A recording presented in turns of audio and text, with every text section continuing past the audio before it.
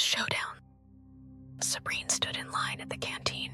She was aware, as usual, of all the hate being directed at her, and most of the hate came from Jackie Cool. No change there. Sabrine knew that she had to resolve this problem before she could resolve anything else. If she couldn't fix this particular situation, how could she provide a universal solution? The personal must come first. Jackie Cool was sitting at a lunch table with all her friends. Every now and again, she shot a black look at Sabrine. For such a pretty girl, Jackie had a ferocious scowl. Sabrine looked at Jackie, and then behind her to a huge mirror on the far wall of the canteen, reflecting most of the room. Mirror! An amazing idea struck Sabrine. Immediately, she left the lunch line and marched over to Jackie, standing defiantly right beside her seat. Jackie looked up. "What the hell? The freak cometh! Get up!" Sabrine said loudly. Jackie laughed. "Oh, scary." She got out of her chair. "Well, you asked for it, weirdo." She put her hands out to push Sabrine, but Sabrine grabbed her hands and then, instantly, threw her arms around Jackie. She closed her eyes and hugged Jackie as tightly as she could. The whole room held its breath. Nothing would infuriate Jackie more than what Sabrine had just done. Fireworks were certain. There was going to be one almighty explosion. Everyone braced for impact. Adopt the crash position. And then the most astonishing thing happened. Jackie started crying. No one could believe what they were seeing. Then things got even freakier. People were rubbing their eyes. Jackie was hugging Sabrine back, and no one had ever seen such a poignant, overpowering, all-consuming hug. Oh my God. Saving the world. Sabrine reflected on the power of dreams, as she and the other primaries had dreamt entire worlds into being. They dreamt their whole school into existence, with all the children in it, and all the teachers, yet these were all dreamt up, invented no matter how real they seemed. They were idealized. Everyone was a kind of perfect version of themselves. The dream teachers were nothing like the real teachers. They were exactly what teachers should be, and the other girls were perfect classmates, great friends with lovely natures. Everyone helped and supported everyone else. Everyone wanted the best for each other. Everyone wanted to raise each other up rather than put each other down. Sabrine gathered all the primaries around her. They stood in a circle, holding hands. These 12 schoolgirls had the power to change the world. 12? We were always 12, Sabrine said to the others. But we needed to be 13 to complete us. We needed a secondary to become a primary, because only then could we connect to the secondary world. She smiled wistfully. I was told that I was the chosen one, but I wasn't really. It turned out that Jackie Cool was the chosen one. Jackie existed in this world as my best friend, and in the other world as my worst enemy. There was a total disconnect between them. Jackie was the key to the mystery. One of the 12 said, "You still haven't told us what happened with Jackie in the other world. What did you do to her?" Sabrine gave a big grin, as if conjuring up the amazing moment in her mind. It was all thanks to the mirror in the canteen. That was the vital clue. I realized I had to mirror Jackie. When I threw my arms around her, I dreamt with all my power that I was the Jackie from this world, the mirror image of the Jackie in the other world. The Jackie in the other world got to see exactly for herself that she was my best friend in this world, and we had enjoyed the very best times imaginable. That dream broke through. It smashed the dream resistance in Jackie's mind.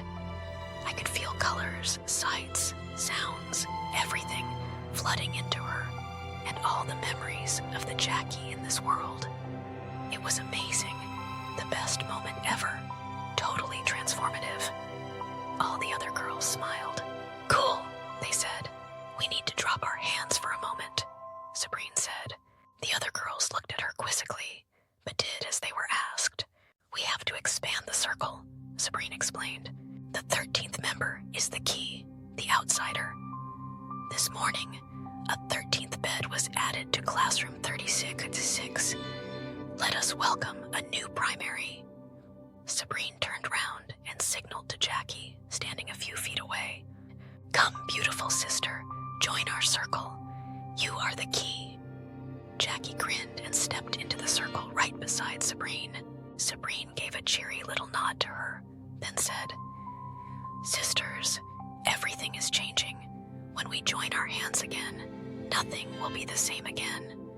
We are now the full circle, the complete circle, the whole, the chosen 13, the culmination of the prophecy. When we join as one, everything will be different. We now have in our circle a secondary promoted to a primary. We have completed the circuit. We have connected the two worlds. We have made a bridge, at last.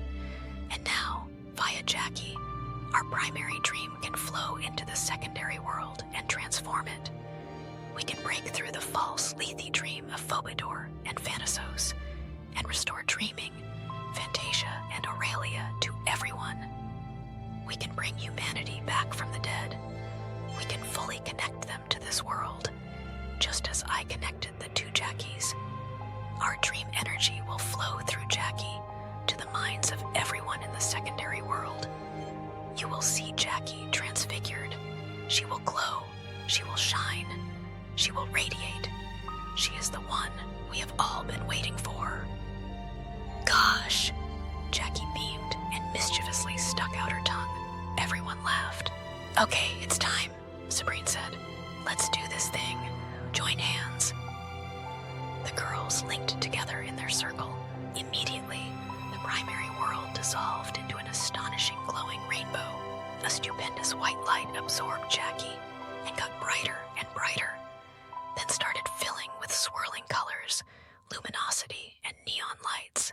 Finally, there was a vast eruption of light shooting out in every direction, reaching every part of the secondary world, the physical world. Sabrine gripped Jackie's hand extra tight. They were totally as one.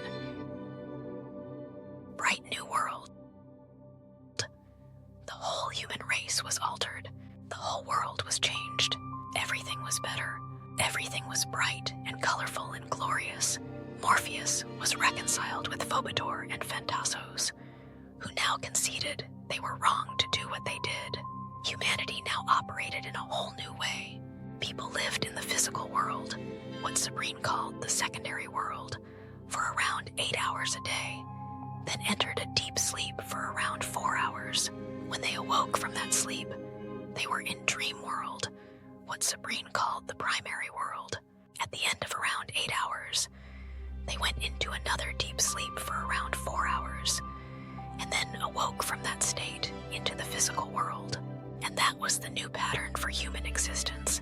The human condition was totally transformed.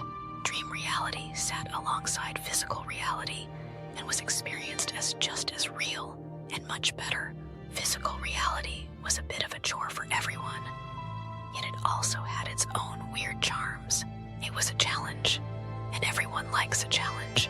The biggest alteration of all, of course, was that dreams had ceased to be private and subjective.